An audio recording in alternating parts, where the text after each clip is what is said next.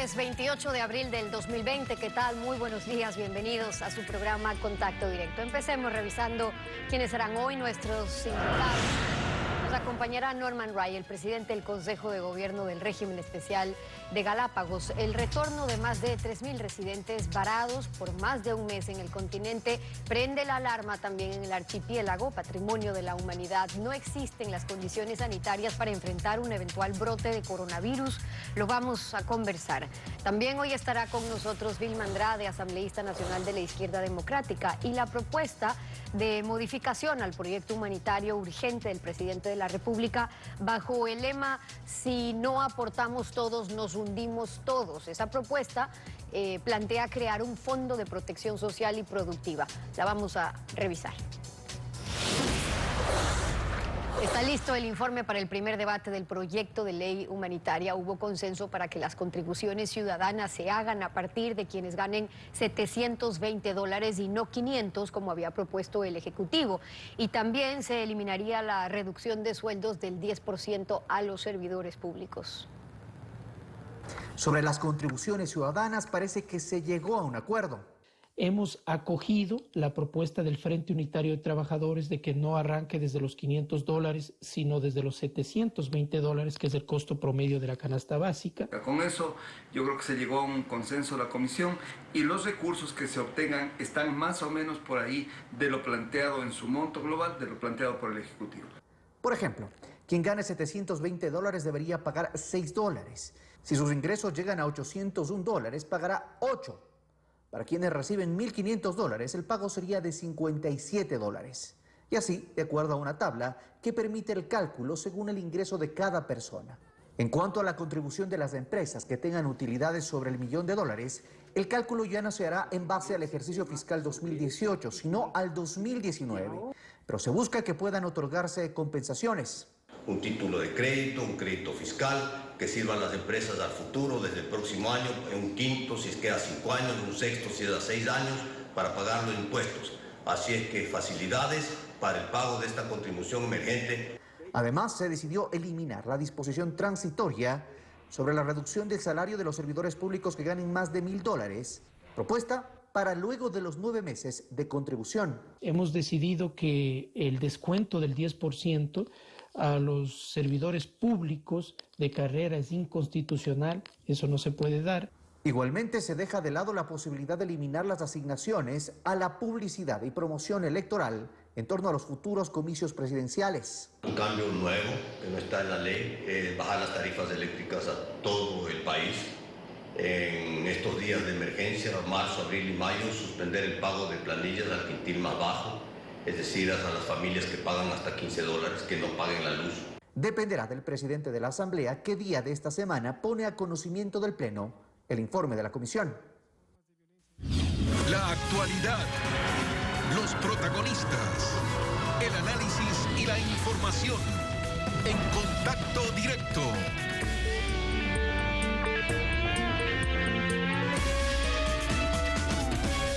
Son 3.542 residentes del archipiélago de Galápagos que han sido ya autorizados a regresar masivamente del continente. Estaban acá varados y causando preocupación por el grave problema sanitario que podrían provocar al paraíso de las Galápagos, patrimonio de la humanidad. Norman Ray es gobernador de Galápagos, presidente del Consejo de Gobierno del Régimen Especial.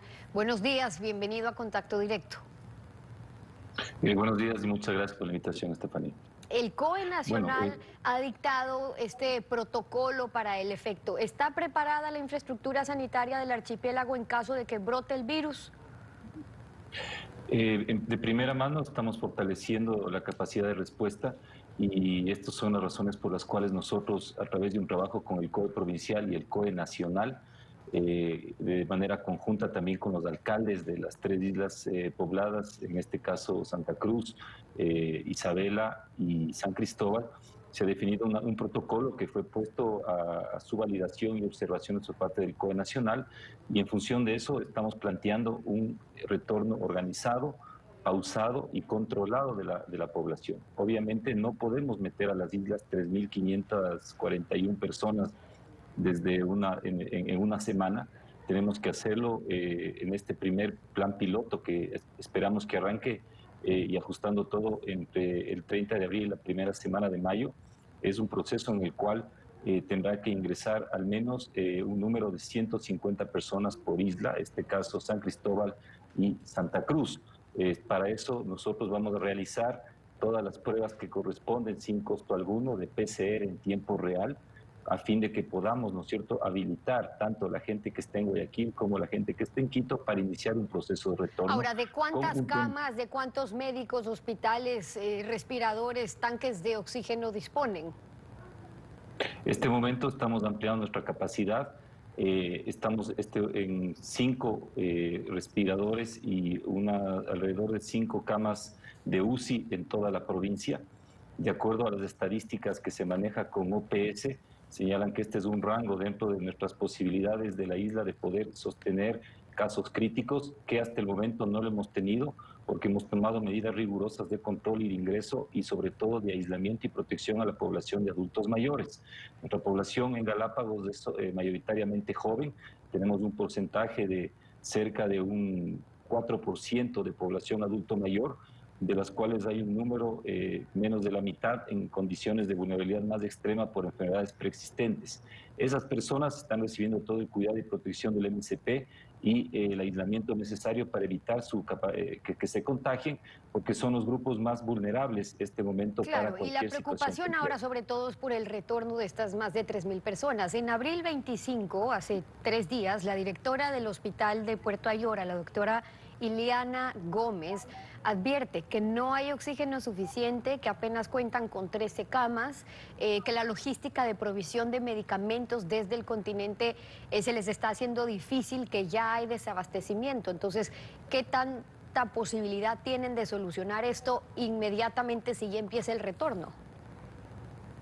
Nosotros estamos esperando la llegada de insumos médicos de esta semana para ir fortaleciendo esta capacidad de respuesta. Adicionalmente, hemos ya fortalecido un centro de aislamiento en la parte alta de Santa Cruz, que estamos ampliando a una cobertura de 6 camas de UCI.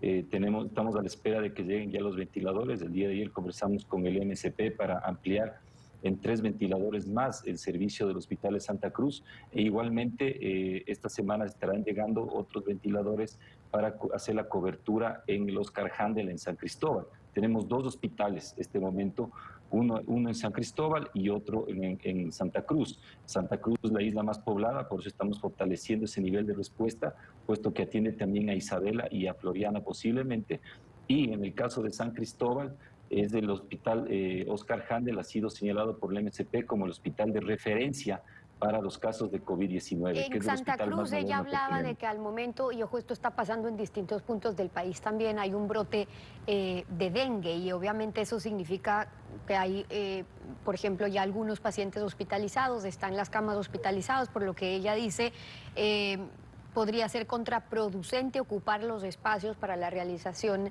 del aislamiento y lo que eso podría complicar la situación. Ella está sugiriendo que esto pueda pasar apenas, me refiero al retorno a mediados de mayo. ¿No habría que atrasar la decisión?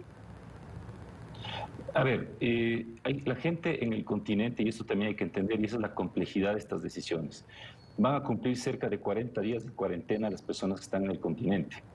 Es decir, nosotros en condiciones también complejas, algunos de ellos, para nosotros es muy importante generar un balance entre lo que está sucediendo en las islas y por eso instalamos, y una decisión estratégica fue iniciar el proceso de muestras con PCR en tiempo real. Es decir, desde el 6 de abril, Galápagos ha realizado 1.256 muestras para test, para verificar el nivel de contagio que tenemos, haciendo un seguimiento muy cercano a los círculos epidemiológicos. Es la única provincia en este momento que tiene una estadística absolutamente concreta y real sobre lo que está sucediendo en el muestreo que hacemos. Así que ese proceso de preparación lo tenemos listo. Estamos también generando los soportes necesarios con los COEs cantonales para permitir efectivamente toda la red para el aislamiento preventivo obligatorio. Y si bien siempre hay un riesgo, porque no tenemos todos los elementos controlados en materia del COVID, ni en Galápagos ni a nivel del mundo, lo que hemos decidido es establecer este plan piloto de retorno. Este plan piloto de retorno es un plan que nos va a permitir valorar lo que podemos hacer, lo que no podemos Ahora, hacer. Y el tener un COE sistema nacional controlado. le está disponiendo el aislamiento domiciliario para los que regresan también. Ya los consejos cantonales les está haciendo responsables de vigilar su cumplimiento. Entiendo que tienen previsto el tema de la instalación, que tenga el GPS, la aplicación para poder verificar si se está cumpliendo o no el aislamiento, pero en realidad están en capacidad de poder verificar que se cumpla, o es una forma de lavarse las manos del COE nacional. A ver, primero, hay algo que tiene que decirlo con claridad, es que este protocolo que fue puesto a aprobación del COE Nacional es un protocolo consensuado con los alcaldes de Galápagos. Entonces, estamos haciendo un esfuerzo en común entre el Consejo de Gobierno y los GAD municipales y los parroquiales y la sociedad en su conjunto para establecer la capacidad de control y respuesta necesaria.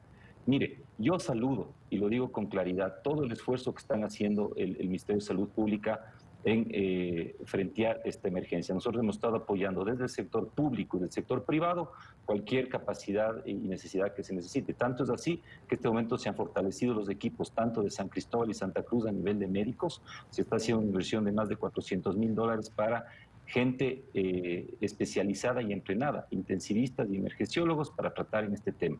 Esta semana solucionaremos y hasta fin de mes todo lo que tiene que ver con la amplitud y la cobertura de mayores ventiladores, y el tema del oxígeno es real. Estamos el día de ayer, el Consejo de Gobierno decidió establecer una reorganización en su presupuesto y hacer una inversión de $2.300.000 para cubrir todas las necesidades médicas que sean necesarias en base a los pedidos propios que ha hecho el Ahora, Ministerio otra de Salud Pública. de las preocupaciones, de hecho, no solamente en el caso de Galápagos, sino quienes han estado varados en otras zonas y han tenido que regresar al país, en este caso del continente a las islas, es los costos del alojamiento, de traslado, de alimentación de los residentes varados, algunos que no regresan ni siquiera al país porque no tienen para pagar lo que supone alimentación y comida durante los 14 días que tienen que mantenerse en aislamiento. Una parte de eso, sobre esa preocupación a propósito de cómo se tenga que manejar el aislamiento, y para los que siguen acá en Guayaquil, ¿el gobierno no debería asumir parte de esos costos haciendo uso de la requisición que ordena el decreto del estado de excepción? Obviamente, este es un esfuerzo que se realiza de manera pública y privada. Nosotros vamos a movilizar los recursos que sean necesarios para tratar de ayudar a aquellas personas que lo necesiten.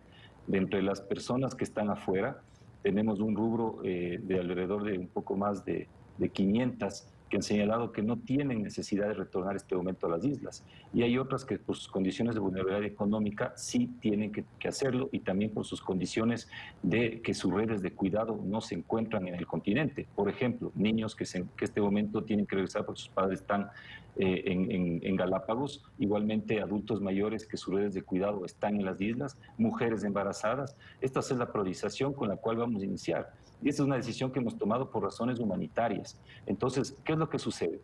Tengo que establecer un balance fundamental que nos permita generar estas condiciones de retorno con el menor riesgo posible para la gente que regresa, como también para la gente que está en el continente. Y luego Pero es un lo que tema muy viene... importante. Ajá.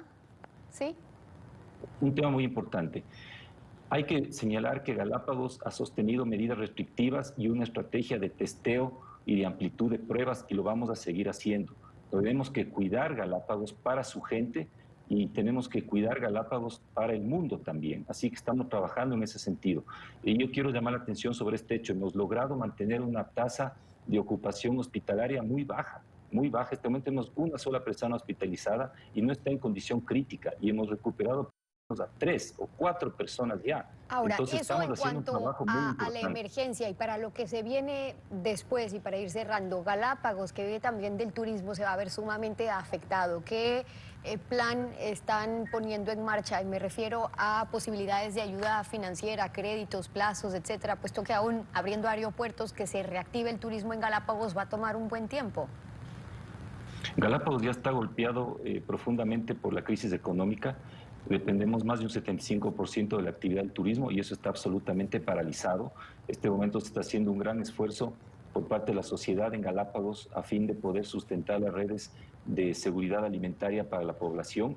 Un saludo especial al sector productivo, tanto agrícola como pesquero, que está ayudando también en este trabajo, y también a todo el soporte desde el sector privado que nos está ayudando en estos temas. Estamos movilizando kits de alimentos, los municipios están moviéndose para generar esas condiciones de soporte.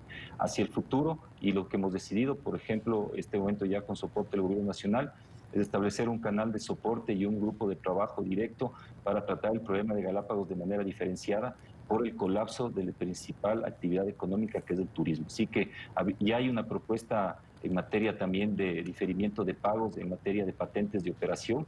Esto es parte del trabajo que estamos haciendo y a través de la banca pública se está trabajando ya en un producto para sostener lo que sería el trabajo, sobre todo cuidar los empleos del sector turístico y aportar de alguna manera para generar procesos de endeudamiento a bajas tasas de interés para que pueda haber un financiamiento de estos pagos y que no tengamos condiciones de mayor vulnerabilidad en este momento. Es parte de lo que se está viviendo también en Galápagos. En último término, usted como presidente del régimen especial de Galápagos tiene un rango de ministro. ¿Usted está viviendo en Quito o también está varado? ¿Cuándo retorna a las islas?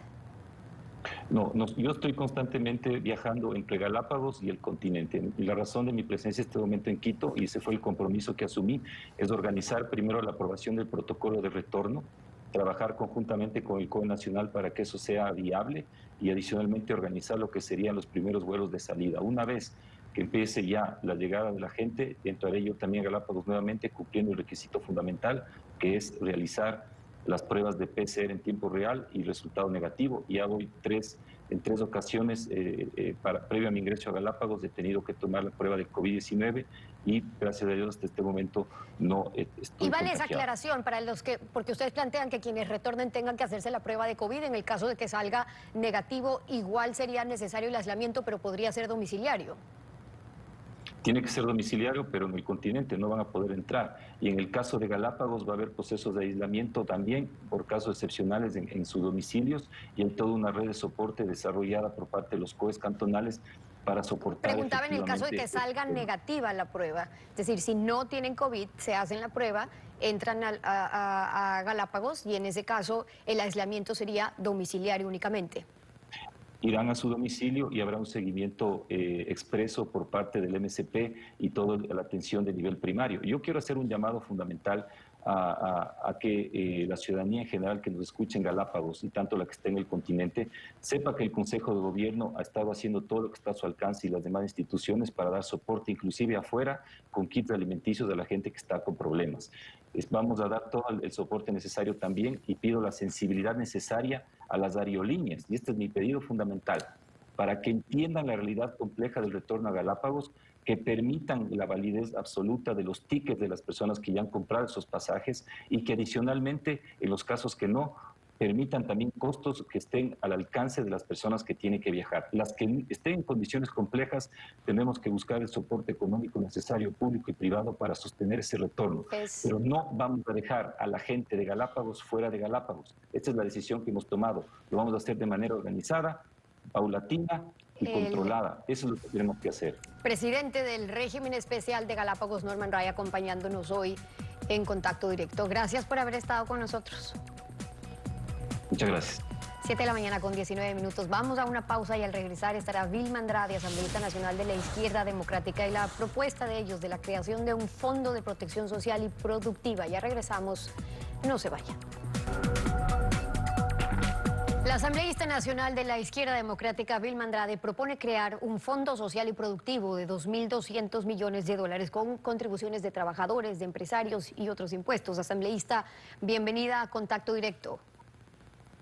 Muchas gracias, Estefi. Buenos días. Un saludo también a toda la audiencia. Buenos días también. Ya sabemos que está listo el informe para el primer debate del proyecto de ley humanitaria y que hubo consenso para que las contribuciones ciudadanas se hagan a partir de quienes ganan $720, no 500 como había propuesto el Ejecutivo, y que se elimine esa contribución del sueldo de los servidores públicos, si hablamos de ese 10%. ¿Qué observaciones tiene usted sobre eso? Bueno, primero señalar que las propuestas que remitió el gobierno a la Asamblea Nacional no contaban y con el respaldo de ningún sector, de los trabajadores, de los empresarios, de la sociedad en general. Ha debido tomar la Asamblea realmente un espacio de diálogo precisamente con todos los sectores para llevar adelante una propuesta en consenso. Nosotros debemos recalcar que esta propuesta que la presentamos como Izquierda Democrática y la bancada de Integración Nacional la hicimos el 22 de marzo, es decir, 16 días antes de la que presenta el gobierno. Y precisamente hay coincidencias en el hecho de que en la crisis que se suma a la crisis sanitaria, a la crisis económica profunda que ya tenía el Ecuador, había la necesidad de conformar un fondo que pueda paliar la crisis en este momento. En ese sentido, creo que hay tres análisis que debemos hacer. El tema de la conformación del fondo, la administración del fondo y el destino del fondo. En la conformación del fondo había muchas diferencias, pues nosotros partimos realmente de que tiene que ser una contribución absolutamente de todos los sectores, porque la crisis, si bien está afectando a todos los sectores, hay las áreas y las personas vulnerables que son las que más están sufriendo, y es para ellos los que debemos colaborar, trabajar y Pero tal como todos. lo están planteando, las contribuciones de los trabajadores se mantienen. La que se ha eliminado sería para los trabajadores servidores públicos en cuanto a ese 10%. Eso es posterior a que pasen los 9 meses de contribución. La contribución se mantiene, y creo que el mecanismo que es muy similar al que nosotros planteábamos, de que se le entregue un bono solidario con un rendimiento a 3 años plazo.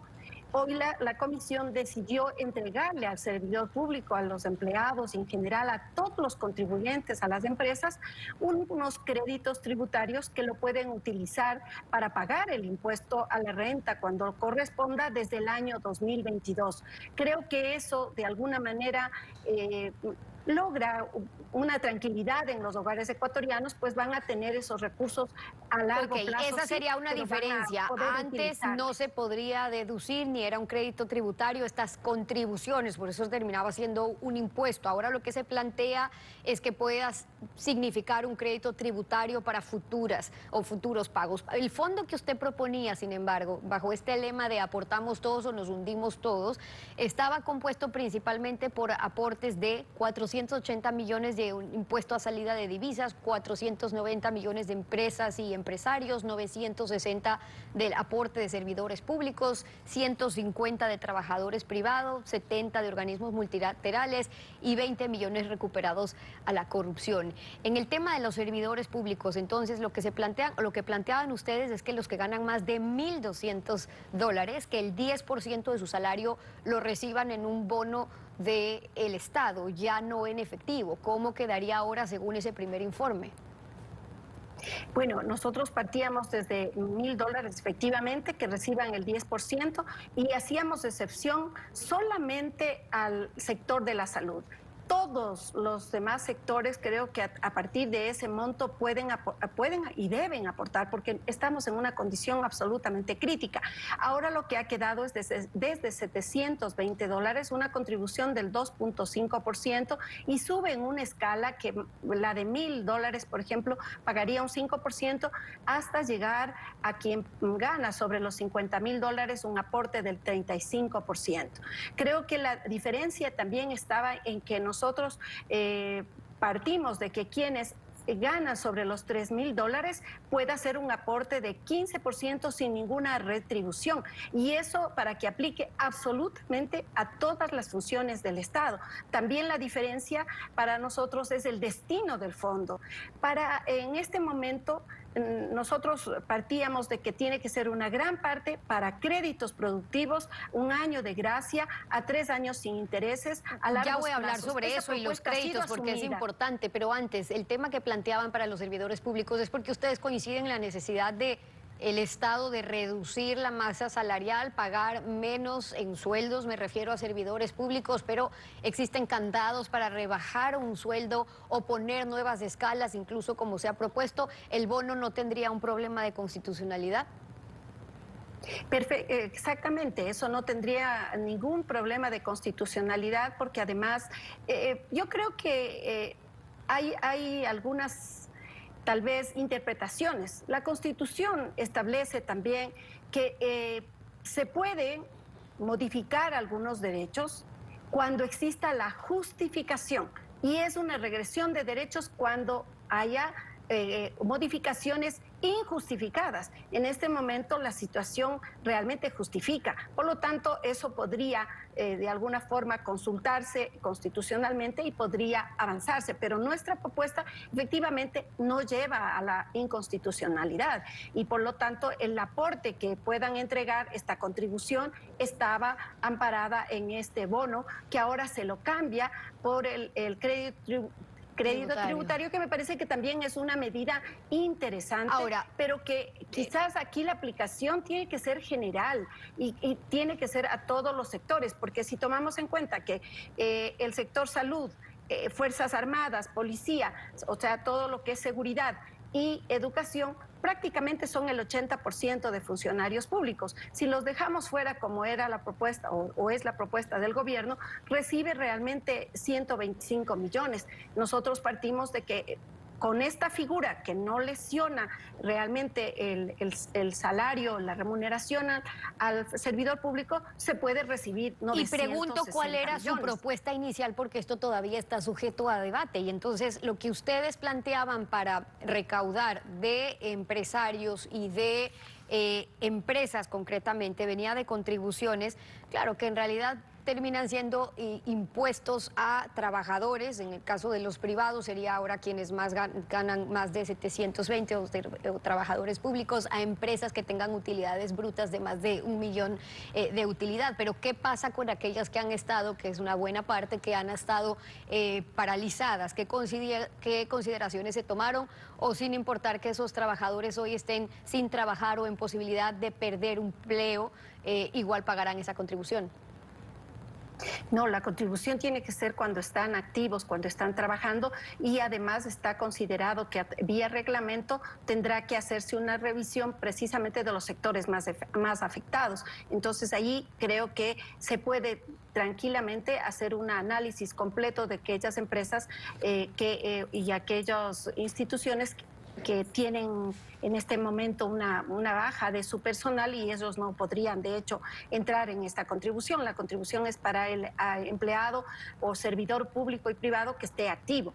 Ahora, lo que me gustaría comentarles a los ecuatorianos es que también respecto al destino del fondo, si bien ya en el debate podremos insistir en la propuesta, yo creo que tendremos que ir a ver cómo esos recursos optimizan realmente el aporte y la contribución de todos los ecuatorianos. En ese sentido, nosotros creemos que no solamente se debe entregar el bono, como está planteando el gobierno, sino que una buena parte del bono, del dinero que se pensaba destinar al bono, se entregue a los sectores pequeños, a las pequeñas unidades familiares agrícolas, a los ganaderos, a los piscícolas, avicultores, y que se les compre a ellos, se compre su producción. Inclusive ahí pueden entrar los emprendedores que también tienen producción de alimentos, se compren, se conviertan en canastas básicas, en canastas de alimentos, y esa canasta de alimentos se la entregue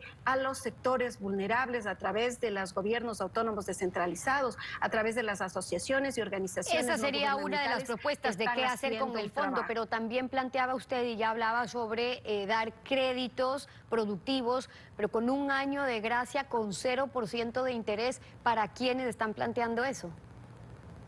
Para las MIPYMES, las pequeñas, las medianas, las microempresas, y también para los emprendedores. Esto ha sido recogido en la Comisión de Desarrollo Económico.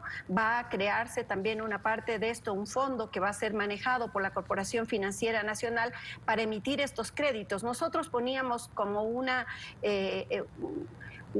necesidad frente al pedido de los créditos, es que mantengan la plana laboral que tenían cuando inició la pandemia, cuando inició la crisis que no despidan sanitaria. a trabajadores. Ahora, según la CEPAL, Efectivamente. Ecuador pierde 4.000 millones de dólares al año por evasión fiscal. ¿No debería el SRI, no deberían los esfuerzos concentrarse también en ganar esos juicios interminables, en cobrar a los evasores, antes que de alguna forma seguir castigando a los que sí producen y sí trabajan? Efectivamente, ese tiene que ser la tarea a mediano plazo o a corto plazo, diría yo. En este momento ya está como una deuda acumulada de impuesto a la renta alrededor de 1.500 millones. Y ya se inician los procesos legales. Entonces tenemos, y allí le corresponde al Ejecutivo, tiene que ir a un profundo cambio, efectivamente, para que los impuestos se paguen. Existe ahora mismo 970 familias que acumulan 515.000 millones de dólares que están en algunos casos fuera del país a través de las informaciones que hemos recibido de la banca suiza. Y 236 familias son las que teniendo o concentrando el 60% de la riqueza del Ecuador, no aportan. Entonces creo bueno, que ahí justamente es el problema, porque un problema no es que haya una empresa que genere producción, utilidad y trabajo que dinamiza la economía ecuatoriana. El problema es que haya empresas que estén reportando cero ingresos y no pagando impuestos, o que en su efecto evadan impuestos y entren a esos juicios que se demoran 6, 7 años, nunca cobren, porque ahí están los amarres. Entonces, esos 1.500 millones al que usted hacía referencia, de mucho le estaría sirviendo hoy al Estado ecuatoriano para no tener que hacer pagar la factura a los trabajadores y a las empresas que sí pagan. Claro, y efectivamente lo que han hecho, de alguna forma una costumbre que viene dándose, es que van acumulando estas deudas para llegar a las remisiones. En el gobierno, en el correísmo, les dieron 3 remisiones. En inclusive nosotros en la Asamblea aprobamos una remisión. ¿Por qué? Porque había esta deuda acumulada con juicios a largo plazo, como usted mismo lo determina, y teníamos entonces que darle una salida para que el gobierno reciba alrededor de 2.500 millones, pero se perdonaron ahí intereses, moras y multas a cantidad de empresas. Por eso es que ahora hay que ir a un nuevo mecanismo de cobro que sea y un control absolutamente adecuado. El problema es que de esos nuevos mecanismos de cobros venimos hablando años y no lo ponen en práctica. En su presupuesto usted obtenía 20 millones de dólares, planteaban obtener 20 millones de dólares de bienes recuperados de la corrupción. Ahora, 20 millones de dólares, pregunto porque aquí se han feriado miles de millones de dólares desde refinerías, el caso Sobornos, Odebrecht, las petroleras, los intermediarios, el IES.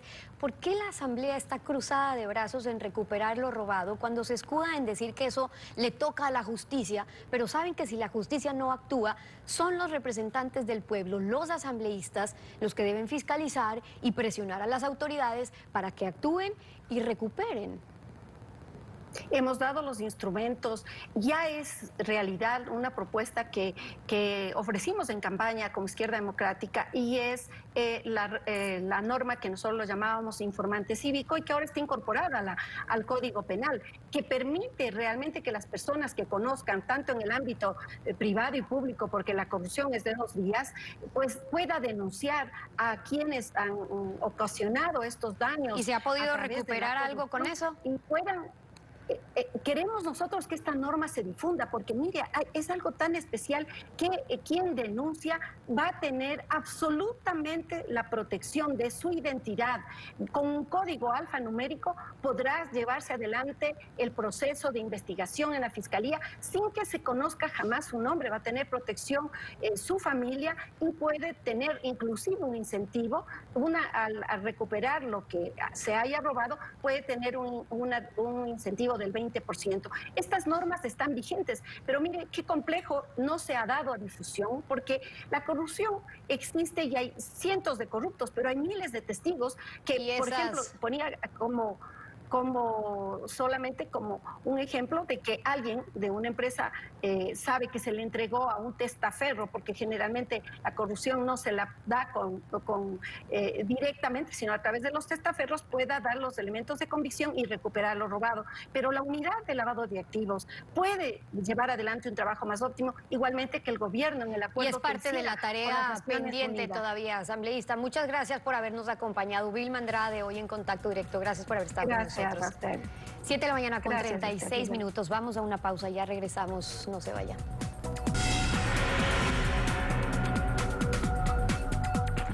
Vamos con las noticias. 19 días después de la sentencia oral del caso Sobornos, los jueces notificaron en detalle la sentencia escrita que tiene 412 páginas. En el documento se ratifica la pena de 8 años de prisión para el expresidente Rafael Correa y los demás condenados. Este escrito especifica la millonaria indemnización que deberían pagar. A las 22 horas y 38 minutos de este domingo, el Tribunal Penal de la Corte Nacional de Justicia notificó la sentencia escrita del caso Sobornos. Confirma la pena de 8 años de prisión para el expresidente Rafael Correa como autor del delito de cohecho. La misma condena para el ex vicepresidente de la República, Jorge Glass, y las ya conocidas penas para los exfuncionarios de su gobierno y 10 empresarios involucrados en los pagos irregulares. La sentencia escrita tiene 412 páginas, en las que se detalla las pruebas en contra de los 20 condenados, quienes deberán pagar una indemnización de $14.745.297. Además, el tribunal dispone el comiso de sus bienes, que ofrezcan disculpas públicas en la Plaza de la Independencia, que sigan un curso de 300 horas de ética laica, publicar la parte resolutiva de la sentencia en 3 diarios de circulación nacional. Pierden los derechos de participación por 25 años y deberán colocar una placa en el Palacio de Carondelet con la frase: los recursos públicos deben ser siempre administrados honradamente. El servicio público no es otra cosa que un servicio a la comunidad con sujeción a los principios de ética. A partir de la notificación escrita, los sentenciados tendrían 3 días para presentar recursos, pero al momento los plazos y términos judiciales están suspendidos por la emergencia sanitaria. Y persiste la preocupación por la falta de equipos de bioseguridad para médicos y enfermeras que están en primera línea de lucha contra el COVID-19. El presidente de la Federación Nacional Médica exige todos los recursos necesarios para el cuerpo médico, y es que en estos 40 días de pandemia contabilizan ya a más de 90 profesionales de la salud fallecidos. Han pasado más de 40 días en que el coronavirus llegó a Ecuador. Desde entonces, médicos y enfermeras han estado en pie de lucha, pero con muchas bajas. Según cifras del Ministerio de Salud, hasta el momento han fallecido entre el personal administrativo 9 y profesionales de la salud 30. Sin embargo, Santiago Carrasco, presidente de la Federación Médica del Ecuador, cuestiona esa cifra. El personal de salud que tenemos entonces fallecidos, un total de 97 personas fallecidas hasta este momento. En términos de contagios y todo, bordean probablemente la cifra que se había dado anteriormente de 1.600 y más. Carrasco además señala que los fallecidos pueden llegar a ser más si el Ministerio de Salud no protege a su personal que está en primera fila en la lucha contra esta pandemia. No podemos arriesgar a nuestra gente, a los médicos, enfermeras, etcétera, sin protecciones. Nosotros exigimos y le exigimos al gobierno y exigimos al ministerio que esas prendas de bioprotección tienen que estar ahí. Liliana Trianes, vocera del Colegio de Enfermeras del Guayas, dice que incluso muchas veces les exigen que utilicen el mismo traje de bioseguridad. Y durante el transcurso de la guardia deben de dar las prendas necesarias, porque se manejan muchos fluidos con estos pacientes, entonces deben de ser cambiadas estas prendas, porque ahí es que hay la exposición a contaminarse. Según el Colegio de Enfermeras, solo en Guayas han fallecido 3 enfermeras y cientos se han contagiado. También tenemos hasta la actualidad sospechosas 510 enfermeras, contagiadas 147 y en cuidado intensivo 4. Ambas organizaciones gremiales han pedido audiencia con el ministro de Salud, pues exhortan a no permitir que mueran más colegas y hacen un llamado a las autoridades para que los nombres de los héroes sin capa que han muerto no sean olvidados. ¿Y qué está pasando en el mundo? Las cifras: más de 3 millones de personas están contagiadas, 209.000 muertes se reportan ya por coronavirus.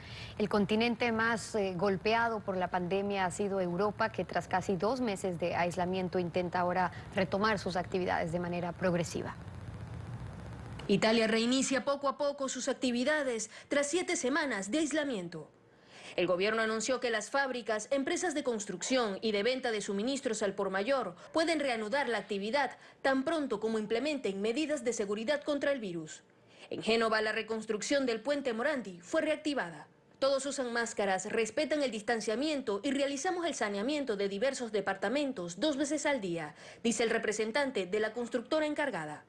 Las medidas de seguridad son estrictas, luego de que la pandemia dejara 27.000 muertes en ese país. Y el temor a un repunte de los casos no ha desaparecido. Estamos avanzando hacia una disminución, pero el virus sigue circulando porque todavía tenemos nuevos casos, mientras que la cantidad de muertes se debe a la cola de infecciones que tuvimos hace varias semanas. España es el segundo país europeo que más ha sufrido por el coronavirus, con 230.000 casos y 23.500 fallecidos.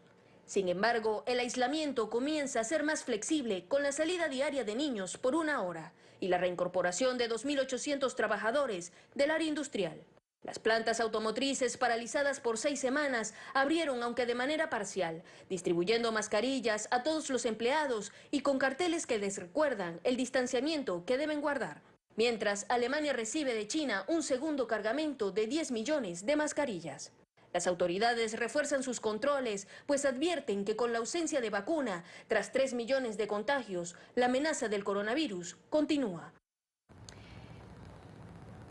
Con esto concluimos esta emisión de Contacto Directo. Como siempre, a ustedes muchas gracias por su sintonía. Ya viene Televistazo en la Comunidad.